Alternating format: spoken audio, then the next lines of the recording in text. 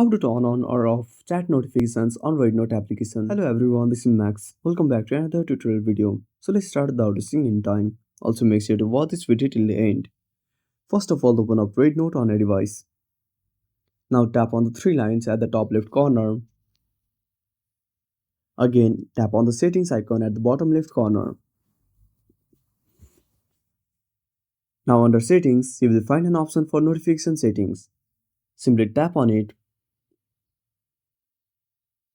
Now scroll down. Now under chat notifications, tap on chat. Now enable the toggle or disable the toggle according to your need.